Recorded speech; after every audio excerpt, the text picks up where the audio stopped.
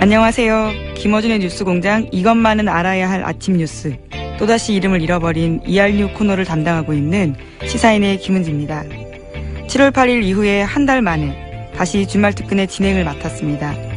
대통령을 포함해서 직장인의 60% 이상이 휴가를 간다는 그야말로 휴가 시즌에 어쩌다 주말까지 주 6일 일하게 됐습니다.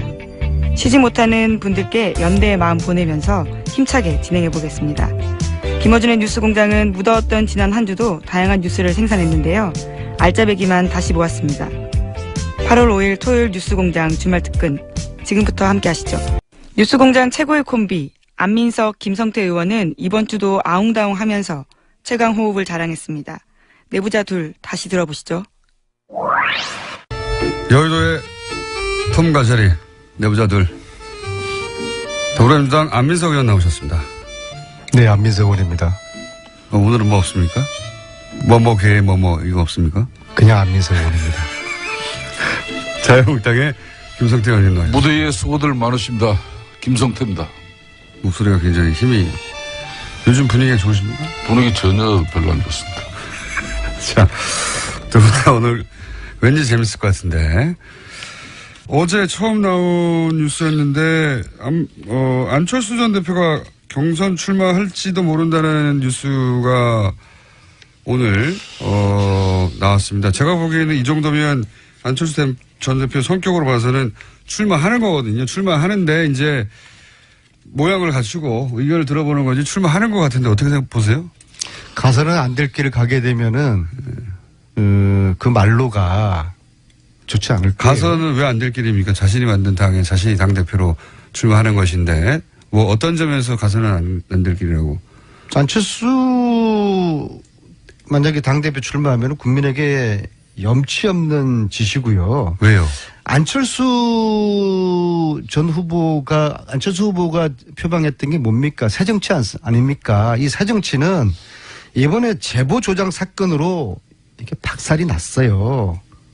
그러니까 출마해서 물론 당대표 전 될 성산이 높다고 봅니다. 그러나 국민들에게는 염치 없는 짓이죠. 지금은 안철수 대표는 대선 패배 그리고 제보 조작 사건의 책임으로부터 지금 성찰의 시간을 가져야지 국민들이 다음에 길을 만들어 주실 텐데 성찰 반성할 시간에 다시 당 권력을 잡겠다고 나서는 것은 염치 없는 짓이라고 저는 그 정도 의견들은 당 내에서도 했을 텐데 그래도 출마를 하겠다는 걸 보면 뭔가 불안한 것 같은데. 아니, 안철수 대표 하는 일이 없잖아요. 예, 안철수 대표가 이틀 상간에 당 지도부와 당내 의원들을 만나는 그런 강폭 행보를 지금 보이고 있지 않습니까? 그 자체가 한다는 얘기죠. 출마하지 않는다면 굳이 그럴 필요는 없겠죠. 그러니까요. 아마 본인 스스로도 이 정치인과 연예인들과 이 똑같은 그 유전 인자가 있는데 그게 뭔가 하면은 잊혀지는 것에 대해서는 아주 조급하고 때로는 뭐 그래서 이 사고가 나는 거예요. 그래서 당이 무너져가는 걸 막아야 한다는 그런 어떤 당원들의 아우성도 영향은 미치겠습니다만은 아마도 안철수 의원은 이 제보 조작 사건에 대한 수사가 어떻게 보면 자신에게는 상당히 탄압이다.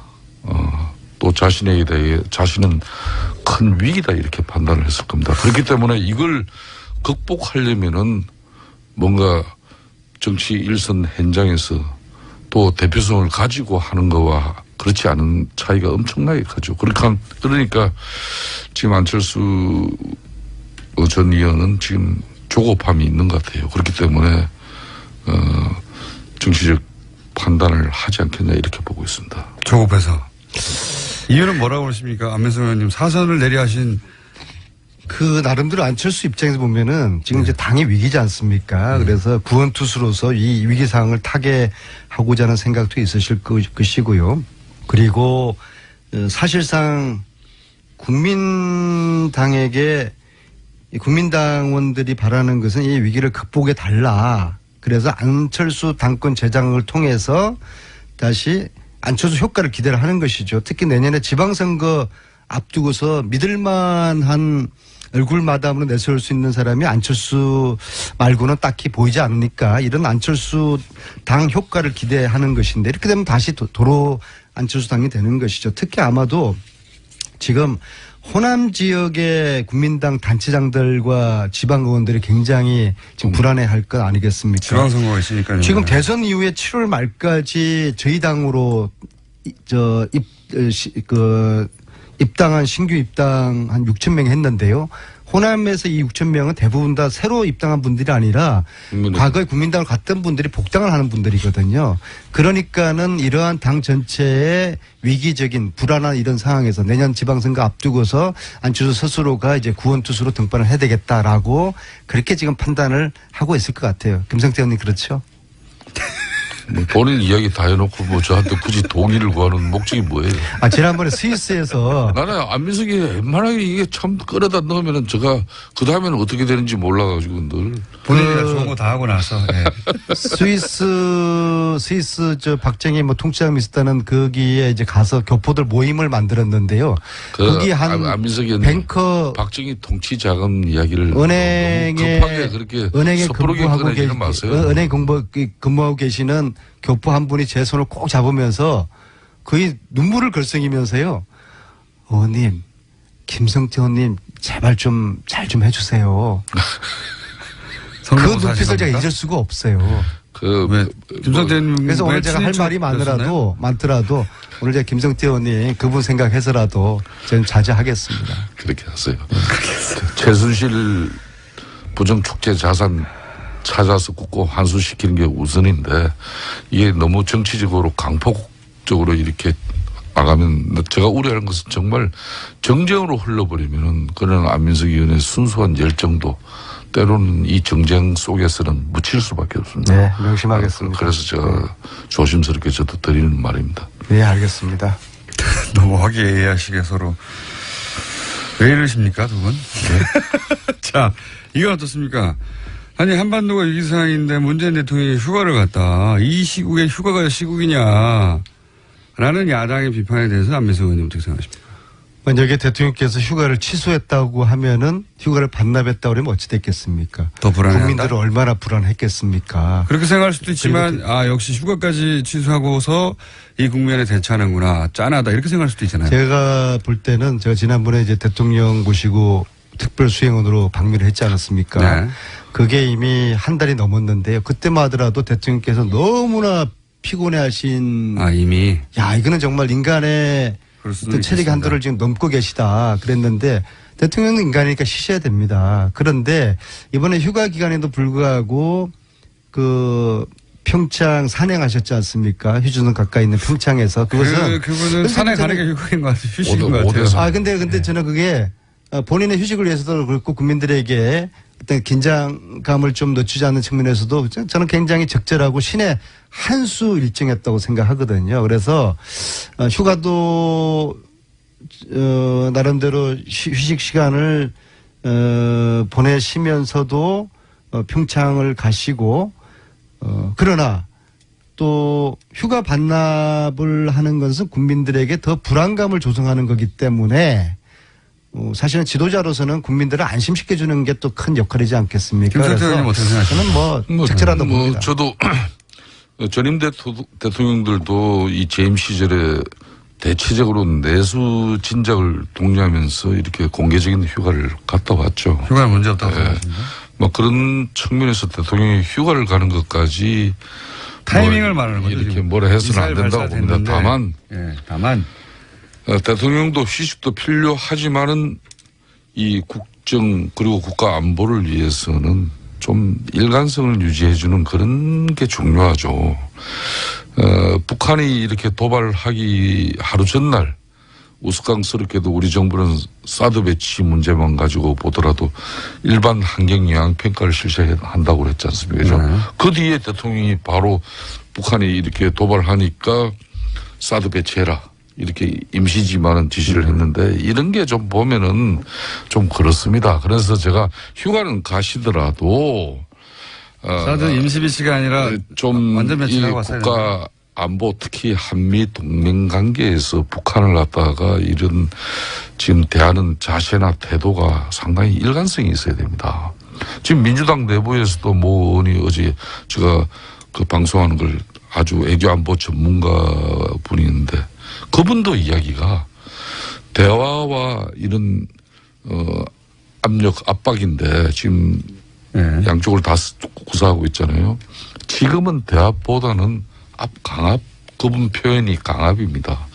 이게 북한을 압박을 미국과 같이 해가지고 어떻게든 북한이 핵을 포기하고 또 세계 평화에 이런 위험 요소로 남지 않아야 되는데 그걸 제일 이 38선을 앞두고 지금 현재 한국 대통령이 대한민국 대통령이 이게 판단이 자꾸 오락가락하면 안 되는 거죠. 그러니까 이번에 휴가 가셔가지고 그런 걸 깨끗하게 정리하셔가지고. 그러니까 구체적으로 어떻게 되는 겁니까? 사드를 그러면 환경 영향 평가 없이 바로 배치하는 거로 결정하라 이건 거예요? 그럼 사드 배치도 왜 지금 국방부에서 청와대 결정만 나기 기다리고 있습니까? 그러면 성주 사드 배치장 앞에 그 일부 주민들이 미군 이 군사 차량 이렇게 진입 자체도 지금 상당히 어려운 여건 속에서 이 제대로 지금 사드 이 대통령이 해라 그래도 지금 설치를 못 하고 있어요. 이런 나라가 어디 있습니까? 아니 그러니까 사드를 환경 영향 평가 없이 즉시 설치하는 것이 자유한국당의 입장인 건가요? 저는 국가 안보를 위해서는 얼마 전 내린 문재인 대통령의 그런 결심에 대해서는 우리 국민들이나 또 민주당 내에서도 일부 뭐 뜻을 또 좀 달리하는 언들도 계시지만 이런 때는 저는 초당적으로 그런 부분은 다들 환경 영향 평가 없이 바로 사드를 배치하자. 대통령 지시는 그거 아닙니까? 환경 영향 평가는 해서 최종적으로 1년 후에 결정하되 임시로 배치하라는 게 지금 현재인데. 투명한 절차, 국가 안보를 위하는 문제에 언제 투명한 절차를 가지고 그 투명한 절차라는 것은 그러니까 환경 영향 평가는 필요 없다. 미국에서 판단할 때는 대통령은 분명히 지금 설치를 하라는 건데 투명한 환경 영향 평가. 그러면 그걸 1년 있다가 하라는 거예요? 말이 앞뒤가 안 맞는 거예요. 앞뒤는 맞습니다. 지금은 임시고 1년 후에 최종 배치하라는 건데 자유한국당은 그러면 1년 후에 하지 말고 지금 하라. 이건 지금 북한은 계속 ICBM이다 뭐다 지금 이렇게 매일 도발 행위를 하고 있는데 그러니까 지금 하라는 거 아니죠? 언제 지금 1년 환경 영향 평가 기다리고 사드 배치를 합니까? 일비일비하면 안 되고요. 사드 관련해 가지고는 지난번에 문재인 대통령께서 미국 가셔서 절차적 민주주의에 대한 그 동의를 미국으로부터 얻었지 않았습니까? 그래서 환경 영향 평가에 대한 동의가 한미 간에 지금 있는 거거든요. 안민석 의원님은 환경 영향 평가는 반드시 해야 된다는. 네, 그것이 미국과 한국 간에 지금 서로 그 합의하에서 진행되는 합의라기보다도 미국의 동의를 얻은 거거든요. 그럼 환경 영향 평가 결과가 부정적이면 지금 민주주의 배치도 걷어낼 수 있다는 게. 그거는 뭐 어떤 결과가 여러 가지 다양하게 나올 수 있으니까 그때까지 지켜보면서 또 다양하게 변하는 국제 질서를 지켜볼 그런 또 기회도 우리가 가지는 것은 우리 측으로 봐서는 나쁜 건 아니죠. 안민석 의원님. 우리는 조그만 약소국이 미국 눈치, 중국 눈치 보면서 강대국 사이에서 방송에서 적절할지 모르지만은 갈팡질팡한 이야기입니다. 예? 지금 현재 집권당 이제 내리 4선 의원님은 안민석, 김성태 국가 안보를 우선시해야죠. 네, 공장장이 눈치를 줘도 안민석 의원은 굴하지 않았습니다. 꿋꿋하게 타사 프로그램 홍보에 열을 올리는 모습에 많은 청취자분들께서 재밌어 하셨는데요. 남성호님께서 주신 문자입니다. 안민석 의원은 시사정치보다 예능이나 개그 프로에 더 잘 어울린다라는 의견이 있었고요. 박연조님은 TBS가 너무 너그럽다라는 지적까지 해주셨습니다. 내부자들 코너에 또 눈에 띄는 문자가 있었는데요. 김성태 안민석 의원 코너 재밌다 였습니다. 사실 내용으로는 그다지 새롭지 않을 수 있는데요. 성함이 눈에 띄었습니다. 보내주신 분의 성함이 평택의 택시기사님이신 김성태 님이셨습니다. 토요일 아침 교통 상황은 또 어떨까요? 교통정보 듣고 이어가겠습니다. 국정원 댓글 사건 최초 제보자 김상욱 씨의 지난주 인터뷰에 반응이 매우 뜨거웠습니다. 그래서 고정으로 긴급 편성됐는데요. 고정 후 첫 번째 시간 직접 들어보시죠.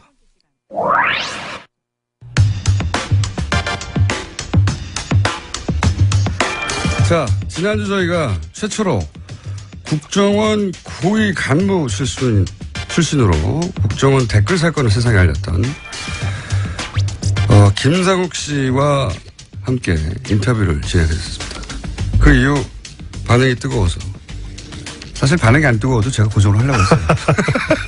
근데 말씀 반응까지 뜨거워서 임시 고정 코너가 되었습니다. 왜냐하면 말하실 수 없는 것도 많을 것 같아가지고, 그죠? 영원히 할 수는 없을 것 같고, 몇 차례 주요 국정원 적폐청산 TF가 선정한 아이템 중 몇 가지 중에 본인이 직접 관여했거나 혹은 좀 아는 내용 중심으로 몇 번 더 저희가 이 코너를 진행할 수 있을 것 같습니다. 그래서 다시 모셨습니다. 안녕하십니까? 안녕하십니까. 김상욱입니다. 지난 시간에 하다가 저희가 시간이 부족해서 급하게 마무리한 부분을 약간 다시 되짚어보자면, 마티즈 자살 사건이 있었지 않습니까? 네. 그 사건이 타살이라고 한다는 것은 아니라고 생각하신다 하셨는데, 네. 하지만 단순 자살도 아니다, 이건. 그러니까 서울시 그 공무원 간첩 조작 사건이죠. 서울시 공무원 유호성 씨를 간첩으로 조작한 사건. 그 사건 때 권 과장이라고, 네. 중국에서 그 북한으로의 출입국 기록을 만들어내서, 근데 나중에 들켰죠. 네.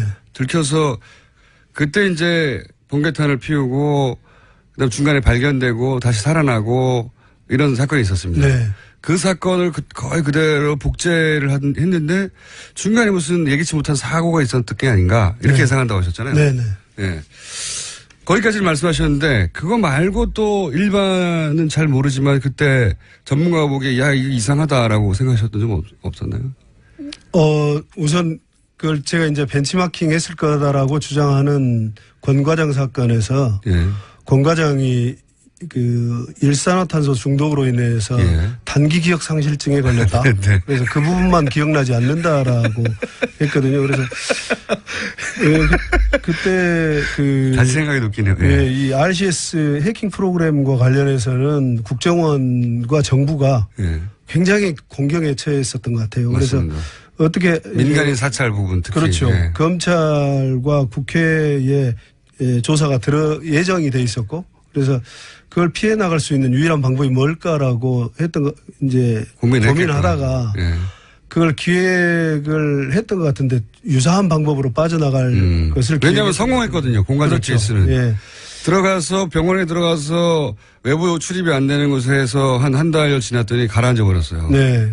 그런데 이제 거기를 보면 이제 유서도 우선 굉장히 부자연스러웠을 뿐만 아니라 국정원 직원들이 예전에는 스마트폰이 없었어요. 근데 스마트폰을 갖도록 하면서 전부 그 해킹 프로그램이 깔렸습니다. 일종의 스파이웨어인데.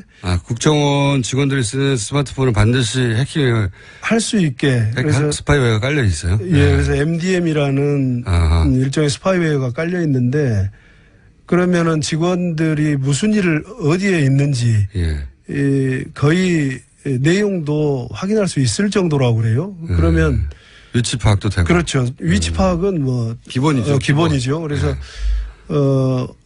본인이 어디에 있는지 당시 그 임 과장이 어디에 있는지 충분히 알 수 있는 상황이었고 그런데 사고 이후에 처리 과정을 보면 부인이 무슨 119에 신고를 했다가 취소를 했다가 그렇죠. 네. 경찰에 신고했다가 그렇죠. 경찰에 했다가 또 취소를 하고 무슨 감사관실 얘기를 하고 근데 감사관실보다는 감사관실은 업무를 체크하는 데고 복무기강이나 사고에 대해서는 감찰실이 나서게 돼 있거든요. 그래서 아마 이제 감찰실이 이미 다 확인을 하고 있었을 것이다. 위치를 확인을 하고 있었을 것이고, 근데 그게 정확한 위치를 잡고 있는 건 아닙니다. 그러니까 대략의 위치. 예, 대략 반경 어느 정도의 위치를 잡고 있어서 그걸 찾는 과정, 그 다음에 사전에 약속된 그런 부분이 본인이 생존에 있어야만 할 수 있는 부분인데 아마 사고로 이어지면서 그런 그 초동 조치가 이루어지지 않아서 결국은 고인이 아주 그 목숨을 잃는 그런 사고가 된 것 같다.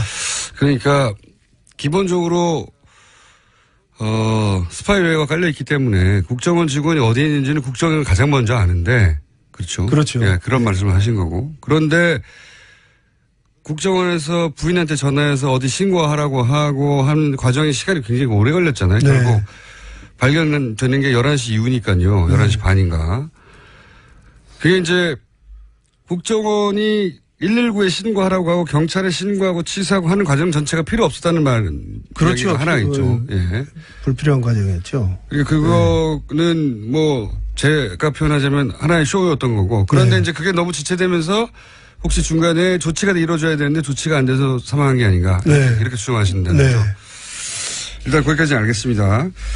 자, 지난 시간 댓글 사건 관련해서 마무리를 해보자면 원세훈 전 국정원장이 심리전단, 이게 이제 심리전단이 벌어진 일이잖아요. 심리전단이 무슨 일을 하는지 몰랐다고 주장했거든요. 국정원장이 심리전단이 무슨 일을 하는지 모를 수가 있나요?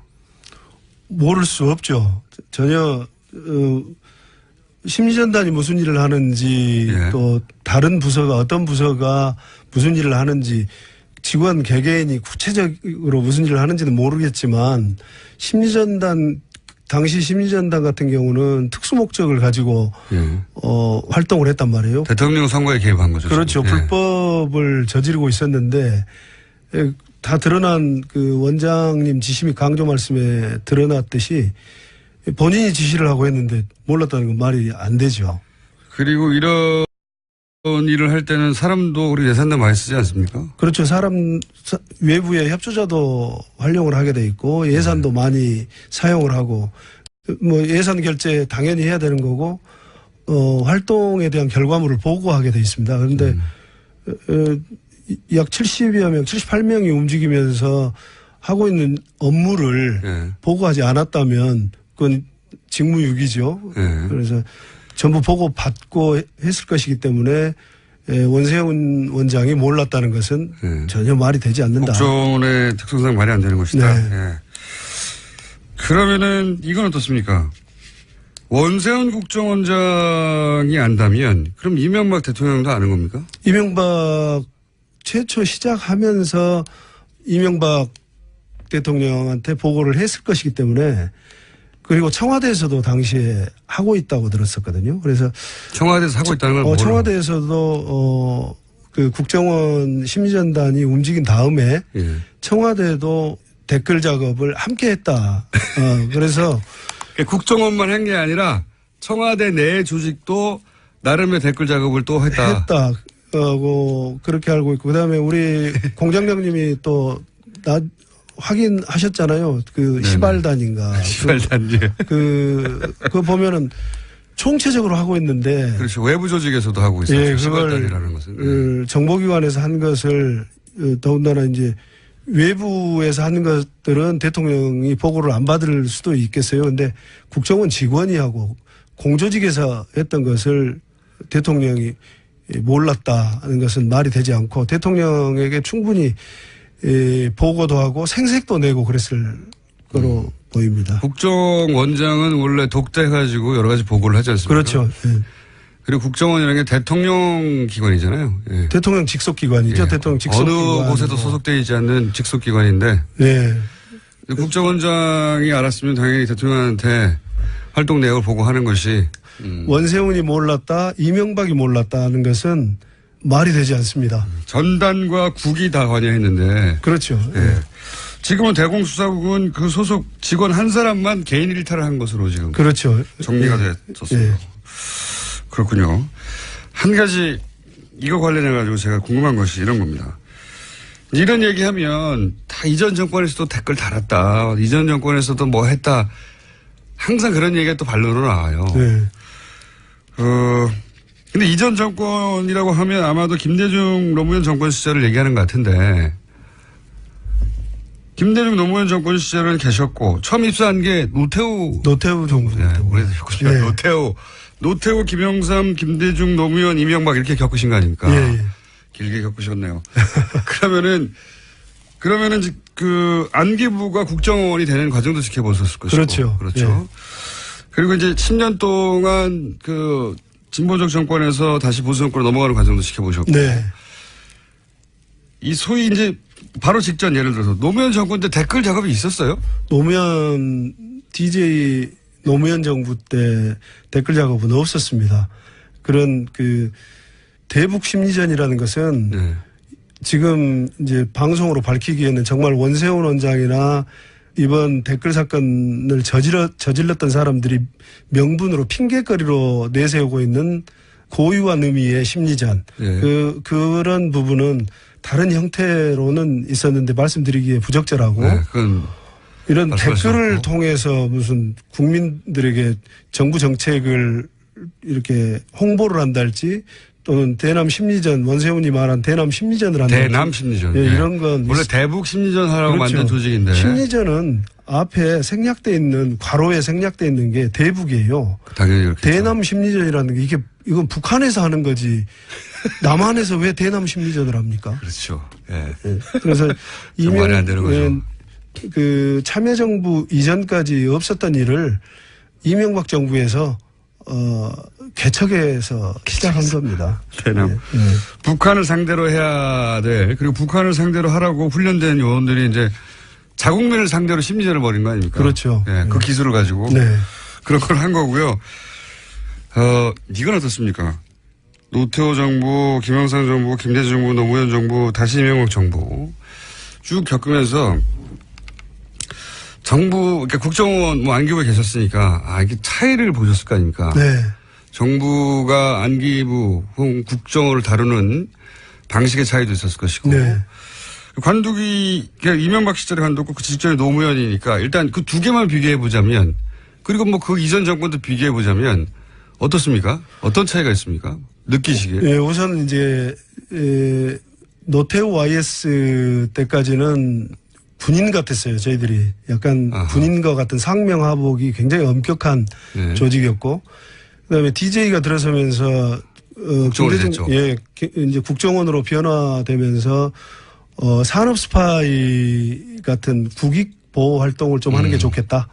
이런 말씀을 하셔서 업무가 전환이 됐었고. 정치 사찰하지 말고. 예, 그렇죠. 산업 스파이 잡아라. 예. 예. 그다음에 이제 노무현 대통령께서는 오셔서 이제 직원들과 대화도 해주시고 하면서 독대 보고도 대면 보고 원장 대면 보고도 안 하셨죠. 네. 그래서 안 받으시면서 직원들이 굉장히 민주화됐다라는 생각을 하고 살았었어요. 그랬는데 이명박 정부 들어서면서 굉장히 큰 변화를 겪습니다. 그래서 그게 특히 원세훈 원장이 오고 나서 직원들 간에 서로 굉장히 불신이 팽배해요. 불신이요? 하급 직원이 상급 직원을 다른 단위에 고발을 하고 이제 고변을 하는 거죠.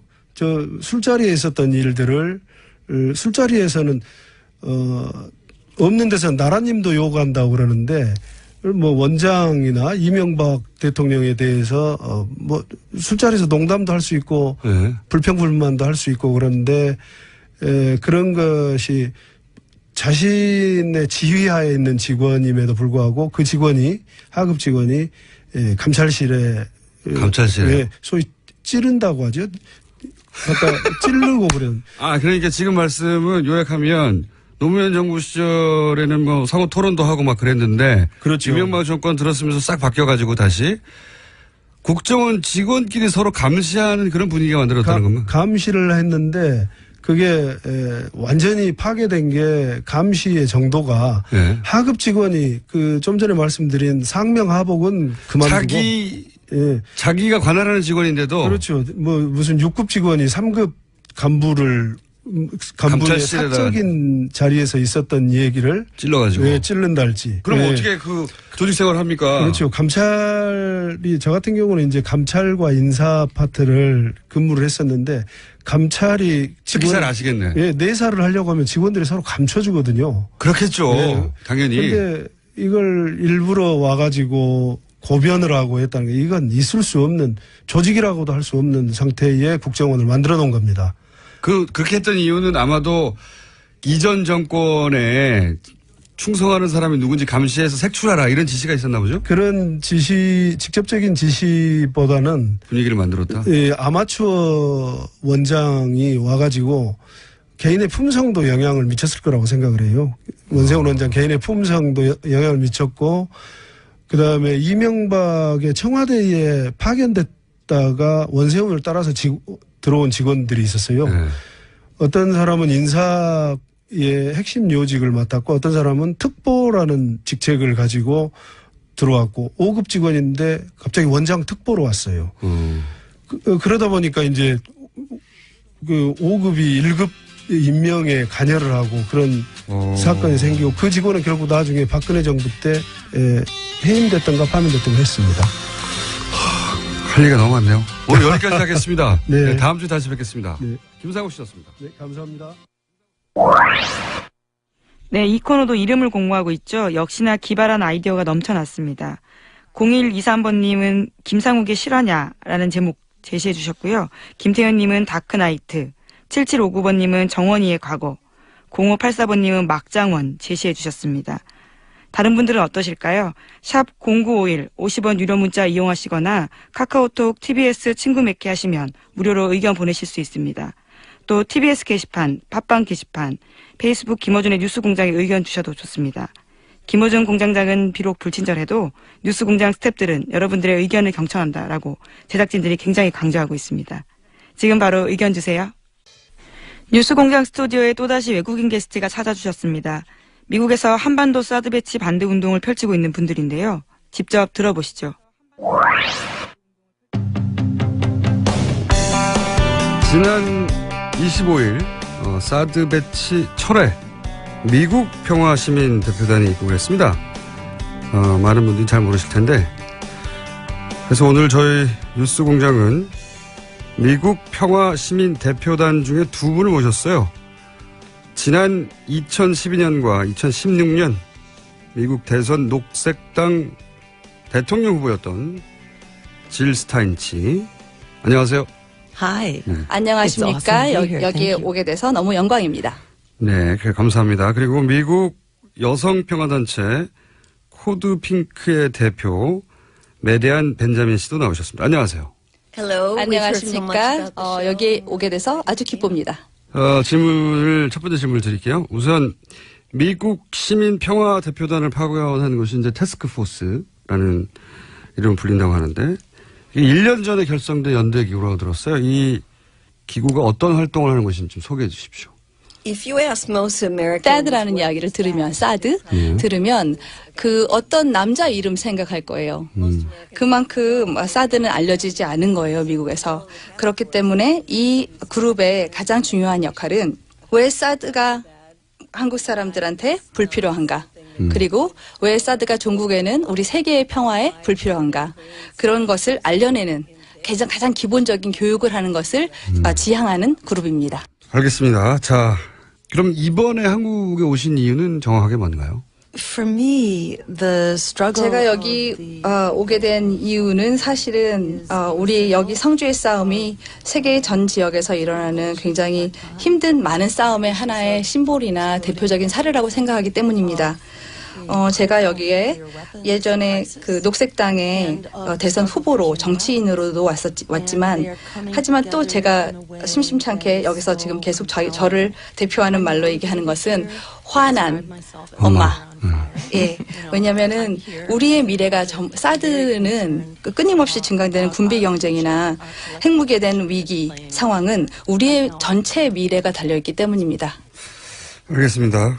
이번에는 이제 질스타인 씨에게 그 사드와 관련해서 발언한 적이 있어서 제가 그 관련 질문을 드리겠는데, 이런 말씀 하셨어요. 성주에서, 는 성견 평가가 없었다. 성주의 사드 배치는 생체 실험이다. 라는 표현까지 쓰였는데, 제가 알기로는 하버드 의대를 졸업하신 내과 전문의로 알고 있는데, 사드가 인체에 어떤 영향을 미친다고 전문가로서 판단하길래 그런 말씀하신 건지?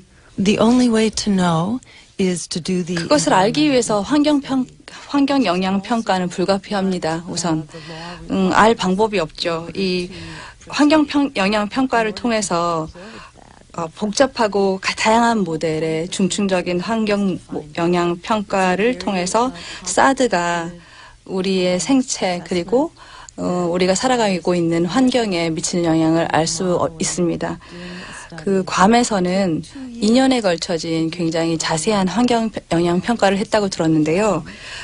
성주 국민들 그리고 성주 국민들의 건강도 그만큼 보호되고 그만큼 존중되어야 한다고 생각합니다.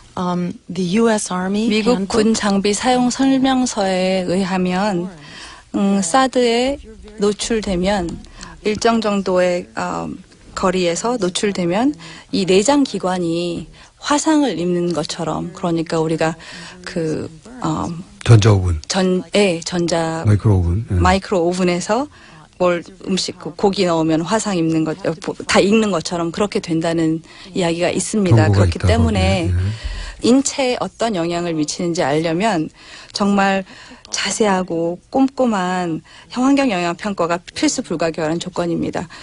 그리고 다시 한번 얘기 드리지만 한국민들은 환경 영향 평가를 우선 받아야 할 존중을 받아야 할 권리가 있습니다. 만약에 문재인 정부가 사드 배치를 환경 영향 평가를 하고 나서 환경 영향 평가 결과가 부정적이기 때문에 사드 배치를 하지 못하겠다고 하면 트럼프 정부가 어떻게 나올까요?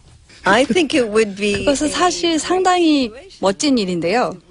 그건 사실은 문재인 대통령이 주권 국가로서 거대한 제국인 미국에게 주권을 행사하는 일이기도 하겠고 트럼프를 생각해보면 아마 좀 비즈니스맨이니까 경제 보복을 할 텐데 그렇지만 다른 나라의 지도자가 그 다른 나라의 주권을 위해서 싸운다면 그것 또한 존중해야 되고 존중할 수 있다고도 봅니다. 질스탄 씨의 견해도 궁금합니다. I agree with Medea. 미디아 씨의 대답에 굉장히 동의하고 문재인 정부가 주권을 내세우면서 한국민을 보호하기 위해서 그런 결정을 한다면 우선 첫 번째로는 한국을 굉장히 동등한 외교를 할 수 있는 나라로 인정할 것 같습니다. 인정할 수밖에 없는. 예. 다른 옵션이 없어서. 그리고 오히려 그 주권을 내세우는 나라로 인정함으로써 그게 협조적으로 될 수도 있다고 생각합니다. 그런 시각도 있네요. 트럼프 얘기가 나와서 얘기인데 또 갑자기 궁금해진 건데 트럼프 정부가 임기를 마칠 수 있을까요? there are a lot of people taking 많은 사람들이 거기에 내기를 걸고 있어요. 미국 국민뿐만이 아니라 세계 국민들이 다 그렇게 생각하고 있다고 들었습니다. 그런데 미디아 씨가 생각하기는 아마도 어려울 것 같습니다. 임기를 마치기 힘들 예, 것이다. 질스탄 씨도 마찬가지로 생각하세요? I think his term is already over. 벌써 트럼프는 레임덕을 겪고 있고 지금 예를 들어서 지금 그 트럼프의 가장 강력한 중요한 의제라고 할 수 있는 의료보험 개정안이 벌써 3번이나 의회를 통과하지 못했습니다. 그것도 굉장히 창피한 의결표의 차이로. 그리고 아무래도 그렇게 되면 우리는 한국민이 보여줬던 경로로 갈 수밖에 없을 것 같은데요. 이제 탄핵하고 그다음에 촛불의 힘으로 탄핵을 했듯이 우리도 그를 탄핵해야 하지 않을까 하는 생각을 하시고 계십니다. I was going to say, the 자, 민주당도 싫어합니다. 그의 당인 공화당도 싫어합니다. 그리고 그의 가족들도 이제 서로 등을 지기 시작했습니다. 그렇기 때문에 별로 친구가 많이 없죠. 그러니까 점점 무너지고 있는 것 같습니다. 그 한국 촛불 집회에 대해서 몇 차례 언급을 하셨는데 언급하셨으니까 제가 한번 여쭤볼게요. 지난 겨울 내내 한국에서의 촛불 집회에 대해서는 어떤 인상을 가지고 보셨고, 예, 그 결과에 대해서는 어떻게 평가하시는지? we have seen in the last 지난 몇 년간 우리는 세계 여러 지역에서 민중이 일어나서 항쟁을 하는 것을 봤죠. 그런데 뭐 아랍 스프링이나 스페인이나 그리스 여러 군데서 봤습니다. 특히 한국 같은 경우는 부패하고 시민의 대표성이 없는 정부를 스스로 끌어내리고 보다 민주적이고 시민을 대표하는 정부로 바꿔내는 이러한 거대한 촛불의 물결을 보고 정말 전 세계 시민들은 큰 영감을 얻었다고 할 수 있습니다. 특히나 많은 시민들이 비폭력적으로 자신의 의사를 전달하고 민주주의를 수호하려는 움직임은 사실은 큰 감명이었습니다. Medea said it beautifully. I would only add 미디아 씨가 벌써 너무 멋있게 얘기해 줬었는데요. 사실 촛불 항쟁은 계속되고 있습니다. 김천 촛불 집회에 갔다 왔는데 거기서도 계속해서 시민의 목소리가 빛나고 예전의 촛불 집회가 부패한 정권에 대한 반대로 시작이 되었다면 지금의 촛불 집회는 군사주의와 그리고 주권을 찾아가는 시민의 행보라고 볼 수 있습니다. 이들을 통해서 전 세계 시민들은 미래가 시민의 손에 달려있고 평화와 정의와 민주주의를 우리가 지켜낼 수 있다는 큰 힘을 받았습니다. 그리고 한국민들은 촛불 집회는 이런 영혼들을 끌어내는 견인하는 역할을 했다고 볼 수 있습니다. 미국인들은 트럼프가 당선되고 나서 뭔가 좀 비현실적이라고 생각하지 않느냐고. 저희가 한국 사람들이 보기에는 굉장히 비현실적으로 보이거든요. 그 만화에서 일어나거나 TV쇼에서 일어날 일인데 진짜로 막 일어나니까 굉장히 비현실적이다. 근데 미국인들이 실제 자신의 대통령으로 트럼프를 바라보는 마음은 어떤 건지. the American political system has been 미국식 민주주의는 붕괴 직전입니다. 많은 미국 사람들이 사실은 이당 독재라고 하는 이 시스템에 독재. 대해서 환멸을 느끼고 이제 믿지를 점점 이렇게 불신을 하게 되었는데 특히나 그렇기 때문에 사실은 트럼프를 찍었던 사람들이 트럼프를 찍은 게 아니라 힐러리를 반대해서 찍었다고 생각하시면 맞습니다.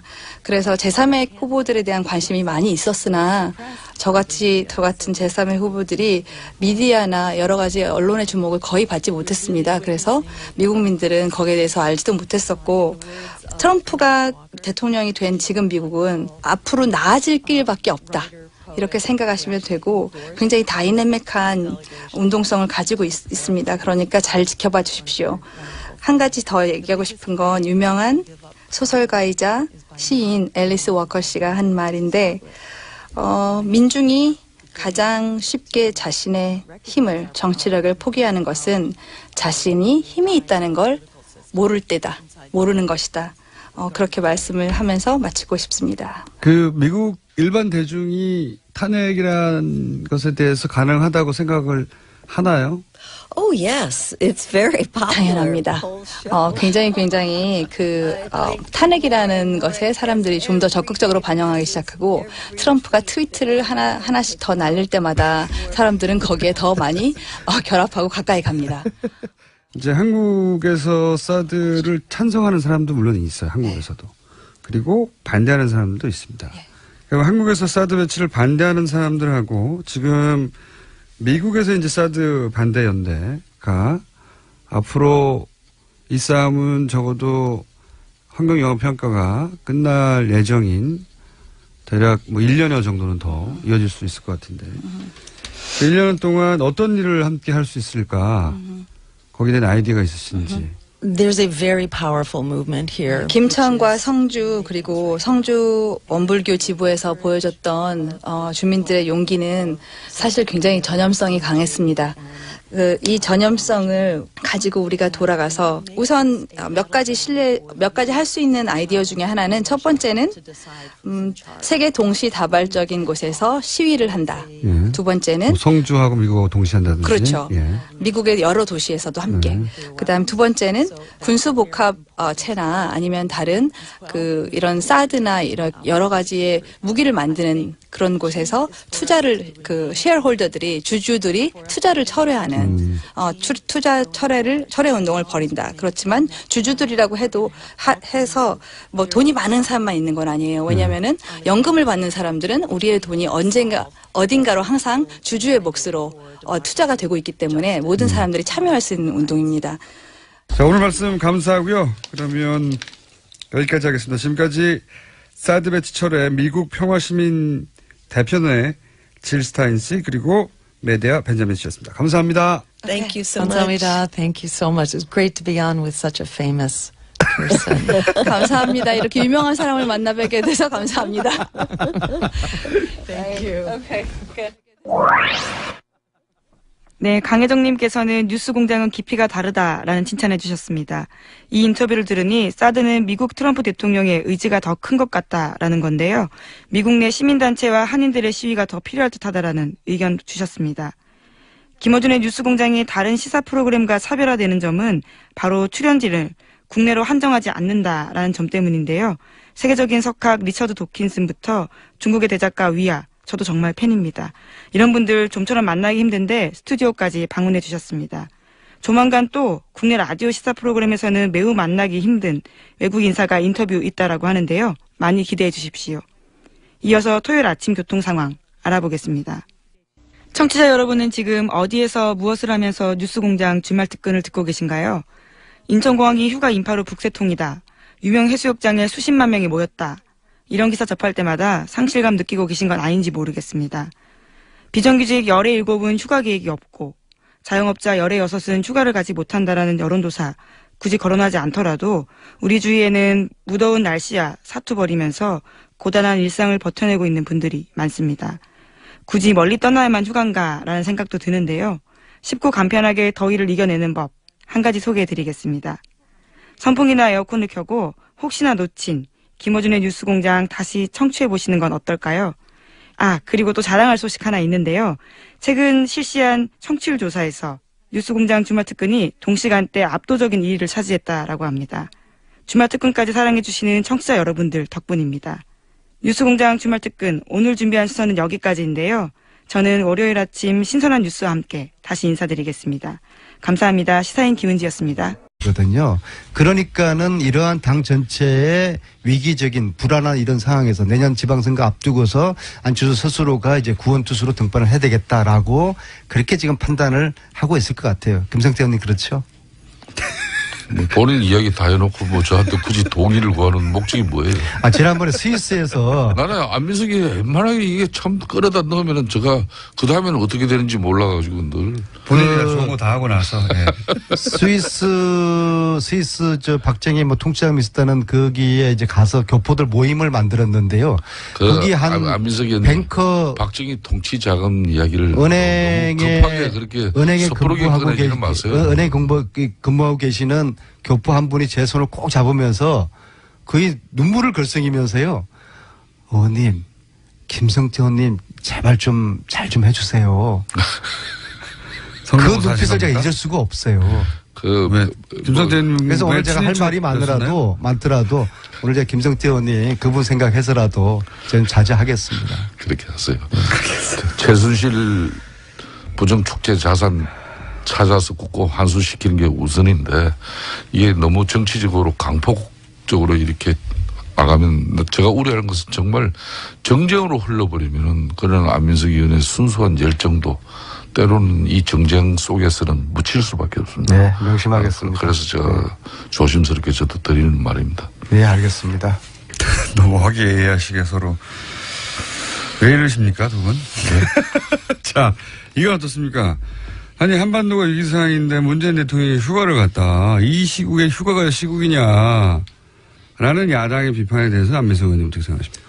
만약에 대통령께서 휴가를 취소했다고 하면은 휴가를 반납했다고 그러면 어찌 됐겠습니까? 더 불안하다. 국민들은 얼마나 불안했겠습니까? 그렇게 생각할 수도 있지만 역시 휴가까지 취소하고서 이 국면에 대처하는구나. 짠하다. 이렇게 생각할 수도 있잖아요. 제가 볼 때는 제가 지난번에 이제 대통령 모시고 특별 수행원으로 방미를 했지 않았습니까? 네. 그게 이미 한 달이 넘었는데요. 그때만 하더라도 대통령께서 너무나 피곤해하신. 이미. 야, 이거는 정말 인간의 어떤 체력의 한도를 지금 넘고 계시다 그랬는데 대통령은 인간이니까 쉬셔야 됩니다. 그런데 이번에 휴가 기간에도 불구하고 그 평창 산행하셨지 않습니까? 휴전선 가까이 있는 평창에서 그분은 산에 가는 게 휴가인 것 같아요. 휴식인 것 같아요. 근데 저는 그게 본인의 휴식을 위해서도 그렇고 국민들에게 어떤 긴장감을 좀 늦추지 않는 측면에서도 저는 굉장히 적절하고 신의 한 수 일정이었다고 생각하거든요. 그래서 휴가도 나름대로 휴식 시간을 보내시면서도 평창을 가시고 그러나 또 휴가 반납을 하는 것은 국민들에게 더 불안감을 조성하는 거기 때문에 사실은 지도자로서는 국민들을 안심시켜주는 게 또 큰 역할이지 않겠습니까? 김성태 의원님 어떻게 생각하십니까? 저는 적절하다 봅니다. 저도 전임 대통령들도 이 재임 시절에 대체적으로 내수 진작을 독려하면서 이렇게 공개적인 휴가를 갔다 왔죠. 휴가는 문제 없다고 생각하십니까? 뭐 그런 측면에서 대통령이 휴가를 가는 것까지 타이밍을 말하는 거죠. 이렇게 뭐라 해서는 안 된다고 봅니다. 다만 대통령도 휴식도 필요하지만은 이 국정 그리고 국가 안보를 위해서는 좀 일관성을 유지해주는 그런 게 중요하죠. 북한이 이렇게 도발하기 하루 전날 우스꽝스럽게도 우리 정부는 사드 배치 문제만 가지고 보더라도 일반 환경 영향 평가를 실시한다고 그랬지 않습니까? 그죠?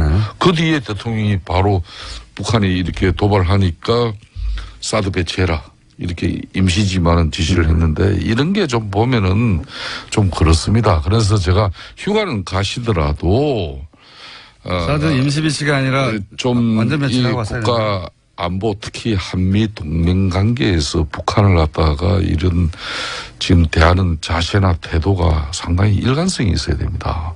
지금 민주당 내부에서도 뭐 어제 제가 그 방송하는 걸 아주 외교 안보 전문가 분이 있는데 그분도 이야기가 대화와 이런 압력 압박인데 지금 양쪽을 다 구사하고 있잖아요. 지금은 대합보다는 강압 그분 표현이 강압입니다. 그러니까 북한을 압박을 미국과 같이 해가지고 어떻게든 북한이 핵을 포기하고 또 세계 평화의 이런 위험 요소로 남지 않아야 되는데 그걸 제일 이 38선을 앞두고 지금 현재 한국 대통령이 대한민국 대통령이 이게 판단이 자꾸 오락가락하면 안 되는 거죠. 그러니까 이번에 휴가 가셔가지고 그런 걸 깨끗하게 정리하셔가지고. 그러니까 구체적으로 어떻게 되는 겁니까? 사드를 그러면 환경 영향 평가 없이 바로 배치하는 거로 결정하라 이건 거예요? 그럼 사드 배치도 왜 지금 국방부에서 청와대 결정만 나기 기다리고 있습니까? 그러면 성주 사드 배치장 앞에 그 일부 주민들이 미군 이 군사 차량 이렇게 진입 자체도 지금 상당히 어려운 여건 속에서 이 제대로 지금 사드 이 대통령이 해라 그래도 지금 설치를 못 하고 있어요. 다시 당 권력을 잡겠다고 나서는 것은 염치 없는 짓이라고 저는 그 정도 의견들은 당 내에서도 했을 텐데 그래도 출마를 하겠다는 걸 보면 뭔가 불안한 것 같은데. 이 아니, 안철수 하는 일이 없잖아요. 예, 안철수 대표가 이틀 상간에 당 지도부와 당내 의원들을 만나는 그런 강폭 행보를 지금 보이고 있지 않습니까? 그 자체가 한다는 얘기죠. 출마하지 않는다면 굳이 그럴 필요는 없겠죠. 그러니까요. 아마 본인 스스로도 이 정치인과 연예인들과 이 똑같은 그 유전 인자가 있는데 그게 뭔가 하면은 잊혀지는 것에 대해서는 아주 조급하고 때로는 뭐 그래서 이 사고가 나는 거예요. 그래서 당이 무너져가는 걸 막아야 한다는 그런 어떤 당원들의 아우성도 영향은 미치겠습니다만은 아마도 안철수 의원은 이 제보 조작 사건에 대한 수사가 어떻게 보면 자신에게는 상당히 탄압이다. 또 자신에게 대해 자신은 큰 위기다 이렇게 판단을 했을 겁니다. 그렇기 때문에 이걸 극복하려면은 뭔가 정치 일선 현장에서 또 대표성을 가지고 하는 거와 그렇지 않은 차이가 엄청나게 크죠. 그러니까 지금 안철수 전 의원은 지금 조급함이 있는 것 같아요. 그렇기 때문에 정치적 판단을 하지 않겠냐 이렇게 보고 있습니다. 조급해서. 이유는 뭐라고 그러십니까? 안민석 의원님 사선을 내려하신. 그 나름대로 안철수 입장에서 보면은 지금 이제 당의 위기지 않습니까? 그래서 구원투수로서 이 위기 상황을 타개하고자 하는 생각도 있으실 것이고요. 그리고 사실상 국민당에게 국민당원들이 바라는 것은 이 위기를 극복해 달라. 그래서 안철수 당권 재장을 통해서 다시 안철수 효과를 기대를 하는 것이죠. 특히 내년에 지방선거 앞두고서 믿을만한 얼굴 마담으로 내세울 수 있는 사람이 안철수 말고는 딱히 보이지 않으니까 이런 안철수 당 효과를 기대하는 것인데 이렇게 되면 다시 도로 안철수 당이 되는 것이죠. 특히 아마도 지금 호남 지역의 국민당 단체장들과 지방의원들이 굉장히 지금 불안해할 것 아니겠습니까? 지방선거가 있으니까요. 지금 대선 이후에 7월 말까지 저희 당으로 입당한 신규 입당 한 6천 명 했는데요. 호남에서 이 6천 명은 대부분 다 새로 입당한 분들이 아니라 과거에 국민당을 갔던 분들이 복당을 하는 분들이.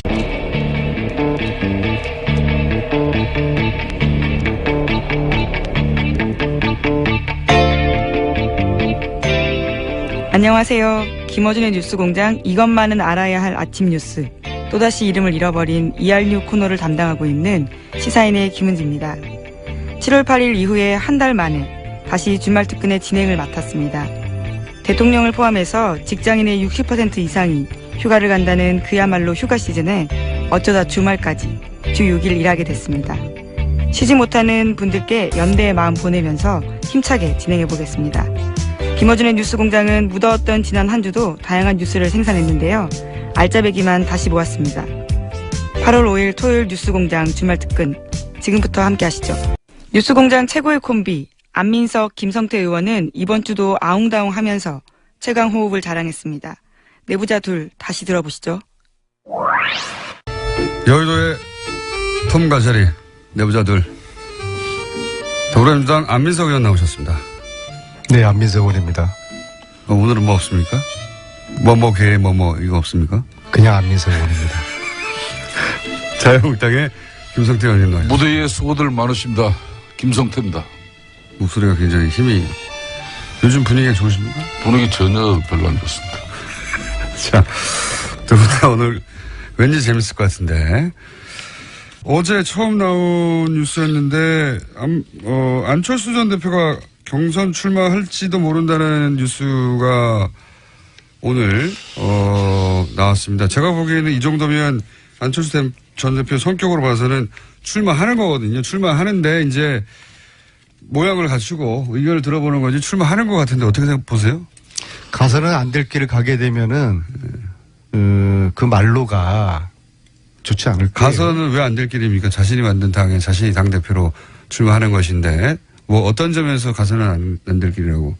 안철수 만약에 당대표 출마하면 국민에게 염치 없는 짓이고요. 왜요?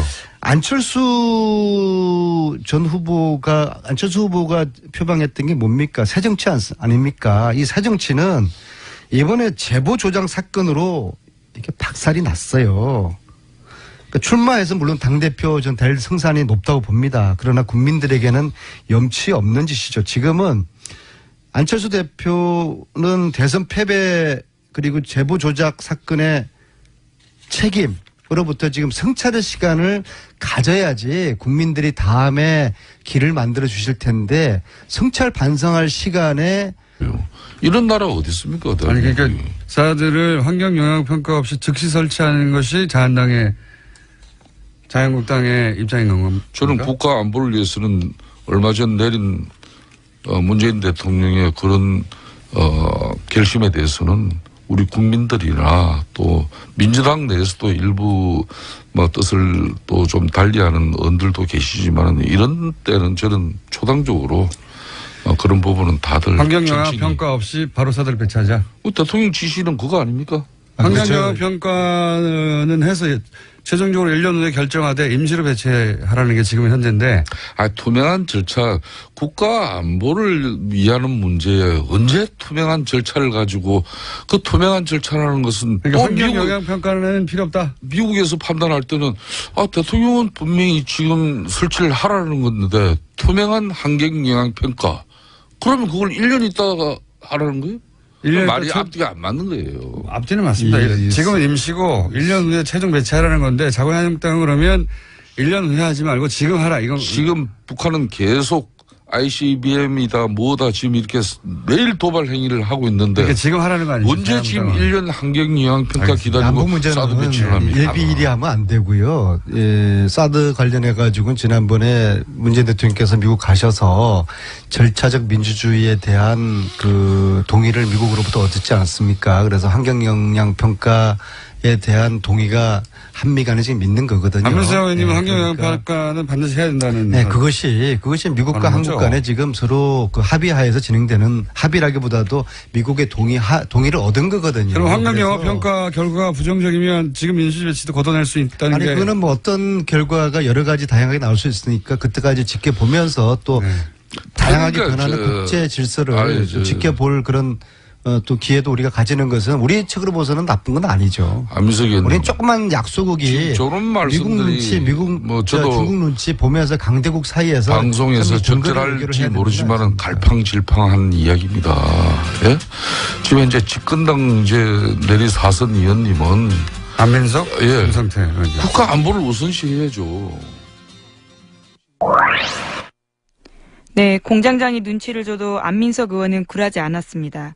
꿋꿋하게 타사 프로그램 홍보에 열을 올리는 모습에 많은 청취자분들께서 재밌어 하셨는데요. 남성호님께서 주신 문자입니다. 안민석 의원은 시사정치보다 예능이나 개그 프로에 더 잘 어울린다라는 의견이 있었고요. 박연조님은 TBS가 너무 너그럽다라는 지적까지 해주셨습니다. 내부자들 코너에 또 눈에 띄는 문자가 있었는데요. 김성태, 안민석 의원